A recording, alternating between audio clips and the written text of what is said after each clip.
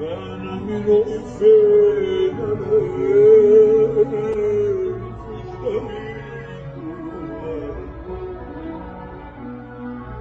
طب احكي لك ايه ولا ايه يا ابن امي؟ اصل اللي انت فيه لما احكي بيفور دمي.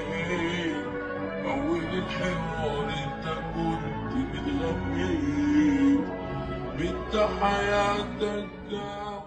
هنعمل ايه؟ زي ما طول عمرنا بنعمل، هنشجع الزمالك، هنحلم احلامه ونمسح دموعه ونشيل همومه على كتافنا ويمشي بيه ويمشي بينا ونوصل.